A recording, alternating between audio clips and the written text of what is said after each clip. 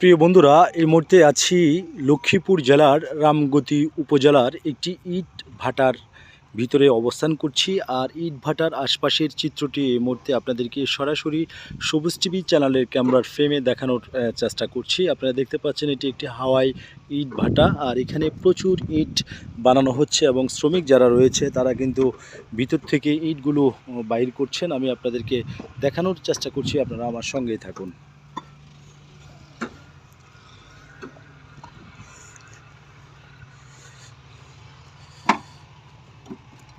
আপনাদের দেশের বাড়ি কোথায়?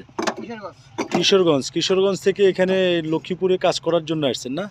আপনারা কি এই যে ইট ভাটার যে চেম্বারটা আছে বা ভিতরে যে পাকা ইটগুলো থাকে, পোড়া ইটগুলো, এগুলো আপনারা বাইর করেন নাকি? আচ্ছা, এটা কি প্রোটেকশন হিসেবে বাইর করেন না রোজ হিসেবে বাইর করেন? প্রোটেকশন। একটা চেম্বার খালি করতে কত টাকা দেয় আপনাদেরকে?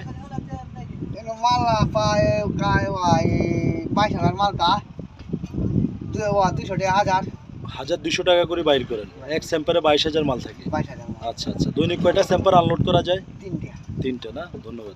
দর্শক, আমরা কথা বলেছি এখানকার ইট ভাটার যে পোড়ানো ইটগুলো, সেগুলো স্যাম্পার থেকে যারা বাইর করেন তারা আমাদেরকে এমনটাই জানিয়েছেন। প্রতি হাজার ইট বাইর করণী স্যাম্পার থেকে 2,000 টাকা এবং একটি স্যাম্পারে 22,000 মাল থাকে। প্রিয় দর্শক, তেমনটি জানিয়েছেন। একেবারে আমি স্যাম্পারের ভিতরে এখন ঢুকছি, ওইদিকে নতুন মাল লোড দিচ্ছে স্যাম্পারে, আর পোড়া মালগুলো তারা বাইর করছেন। এই মুহূর্তে দেশ এবং দেশের বাইরে থেকে যেখান থেকে সবুজ টিভি চ্যানেলের সাথে যুক্ত রয়েছেন সকলকে জানাচ্ছি আন্তরিক শুভেচ্ছা অভিনন্দন। ভালো লাগলে ভিডিওটি শেয়ার দিবেন। সবাই ভালো থাকবেন, সুস্থ থাকবেন। আল্লাহ।